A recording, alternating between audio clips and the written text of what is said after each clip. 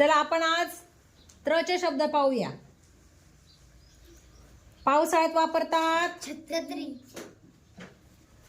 एक पाळीव प्राणी, कुत्रा, दोस्त सखा, मित्र, भांडे, पात्र,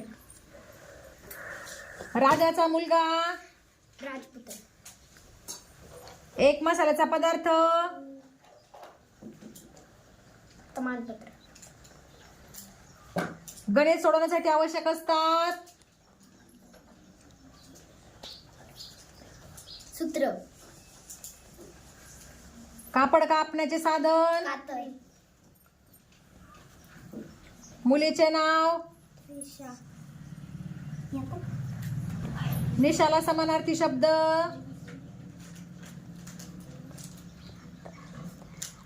रात्र, लग्नाचे आमंत्रण, पत्रिका, मामाचं काय येतं आपल्याला, पत्र, आपल्या गावची, जत्रा, एका फळाचे नाव,